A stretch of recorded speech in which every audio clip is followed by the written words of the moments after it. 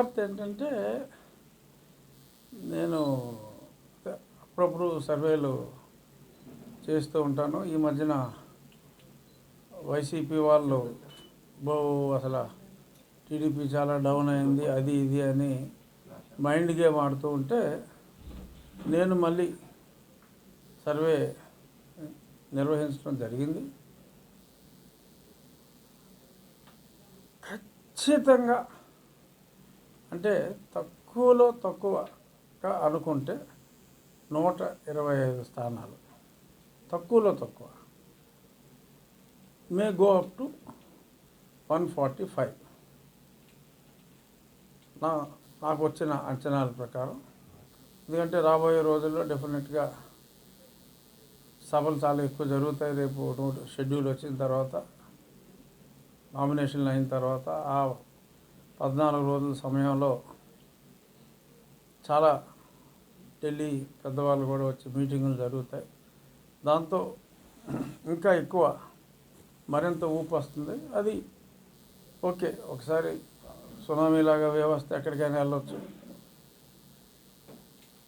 అద్భుతమైన విజయాన్ని చంద్రబాబు నాయుడు గారు, పవన్ కళ్యాణ్ గారు, భారతీయ జనతా పార్టీ కూటమి సాధించబోతోంది. ఇందులో ఎటువంటి 0.01% కూడా అనుమానం లేదు.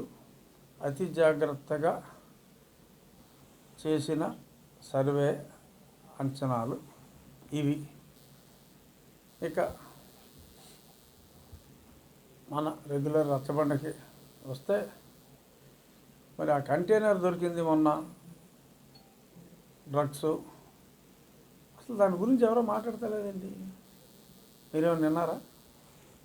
ఎవరో మాట్లాడతారు. 2 రోజులకే చల్లబడిలా చేశారు. పేపర్లు రాయు, సిబిఐ వచ్చారన్నారు. వాళ్ళ ఇన్ఫర్మేషన్ ఎవరు? ప్రతిదానికి సిబిఐ అధికారి వస్తాడు, మామూలుగా ఏదో చెప్తూ ఉంటారు, అది ఇది ప్రోగ్రెస్ అంటారు. మరి ఇక్కడ ఎందుకు ఇలాగా అది చల్లబడిపోయింది అంటే మనకి అర్థమవుతుంది ఎంత దారుణంగా ఇక్కడ పరిపాలన ఉంది. ఆల్కహాల్లో కూడా ఇది క్రూడ్ ఫామ్లో డ్రగ్స్ తీసుకొచ్చి ఇక్కడ ఆల్కహాల్లో కలిపి జగనన్న మద్యంలో ఎంత చెత్త క్వాలిటీ అయినా సరే ఆ మద్యం జనం అదే పనిగా 200 అన్నా 250 రూపాయలన్నా రాత్రి 10 తర్వాత తాగుతున్నారు. అంటే ఒక రకమైన మత్తుకి అది అలవాటు చేస్తుంది. ఈ తెప్పించిన సరుకు చాలా వరకు ఇటువంటి వాటికే వాడుతున్నట్టుగా కూడా చాలామంది విజ్ఞుల అభిప్రాయం. ల్యాబొరేటరీకి పంపారన్నారు, 3 రోజుల్లో రిపోర్ట్ వస్తుందన్నారు. 20 రోజులు అయిపోయింది, ఒక్కడ మాట్లాడేంటి దాని మీద? సో ఆంధ్రప్రదేశ్ని డ్రగ్ ఆంధ్రప్రదేశ్గా, గంజాయి డ్రగ్స్ ఎక్కడ పడితే అక్కడ స్కూల్ పిల్లలకు కూడా అందే విధంగా ఇతను పరిపాలన చేస్తున్నాడు.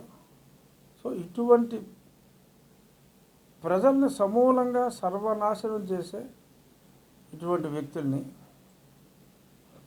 రాజకీయ క్షేత్రంలో ఉంచితే రాబోయే తరాలకి ప్రమాదం. కొంతమంది మహిళలు విద్య అంటే జగనన్న అమ్మఒడి, ఓకే, రేపు చంద్రబాబు నాయుడు గారు ఎక్కువ మంది పిల్లలు ఇస్తామని చెప్పారు. బట్ అతను చేసేది అదే. మళ్ళీ స్కూల్కి వెళ్తే పిల్లలు ఐస్ క్రీమ్ బండోళ్ళకి కావచ్చు, ఇంకొకరికి కావచ్చు, ఇటువంటి డ్రగ్స్ కలుపుకొని వాళ్ళు అమ్ముకోవటానికి వీలుగా రాష్ట్రాన్ని చాక్లెట్లో వాటిల్లో రాష్ట్రాన్ని నిర్వీర్యం చేసి అసలు భవిష్యత్తుని, అంటే ఇటువంటి వ్యక్తి ఇంకొకసారి ఎలక్ట్ అయితే ఒక తరం